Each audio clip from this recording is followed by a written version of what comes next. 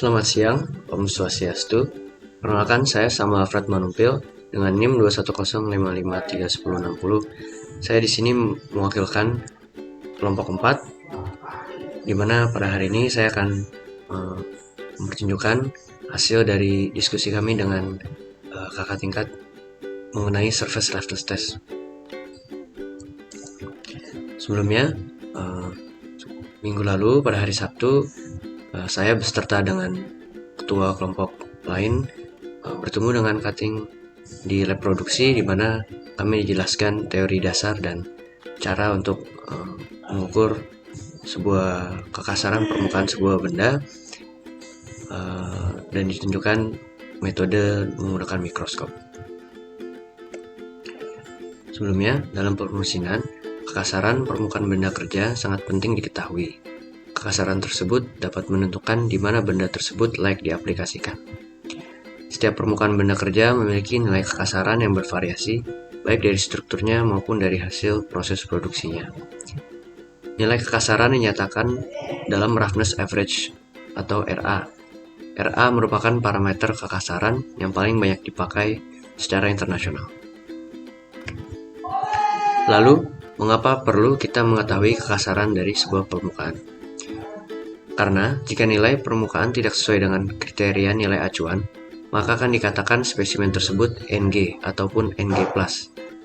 Hal ini perlu adanya perbaikan lagi dalam proses produksi ataupun dalam riset yang diperlukan.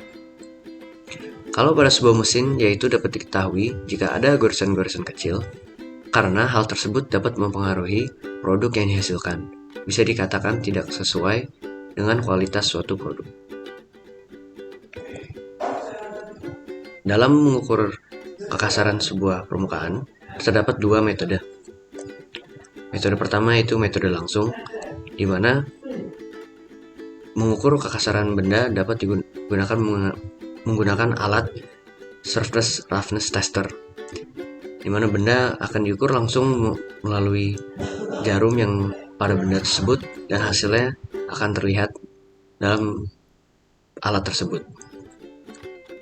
Untuk metode kedua itu metode tidak langsung, di mana benda dipotong menjadi 3 sampel dan dari sampel tersebut dilihat dalam mikroskop dan diukur secara manual nilai kekasaran tersebut.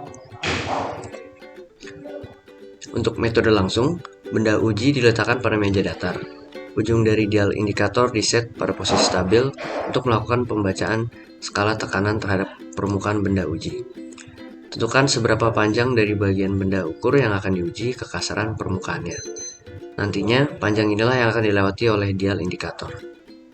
Apabila dial indikator telah melakukan pengukuran sepanjang jarak yang kita tentukan, nilai kekasaran permukaan akan tercatat dan dapat dilihat dalam bentuk printout.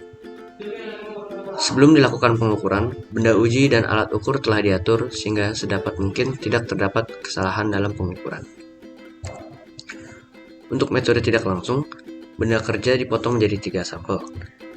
Kenapa 3 sampel? Karena untuk mengukur kekasaran permukaan tersebut, kami tidak bisa mengukur 1 sampel saja. Membutuhkan 3 sampel untuk mendapat rata-rata dari roughness benda tersebut. Kemudian sampel tersebut diamplas sampai dengan keinginan kita. Setelah itu, benda dapat diamati di bawah mikroskop dan hasilnya akan terlihat di mana permukaan tersebut memiliki lembah dan bukit di dalam permukaannya. Dan dari lembah dan bukit itu kami menentukan titik tertinggi dan terendahnya, dan dari titik tertinggi dan terendah dijumlahkan kemudian dibagi 2 untuk mengetahui rata-rata dari kekasaran tersebut. Hal ini dilakukan dengan 2 sampel lainnya sehingga hasil akhirnya dijumlahkan kemudian dibagi rata untuk mengetahui rata-rata dari kekasaran permukaan tersebut. Sekian dari materi yang saya bawa hari ini.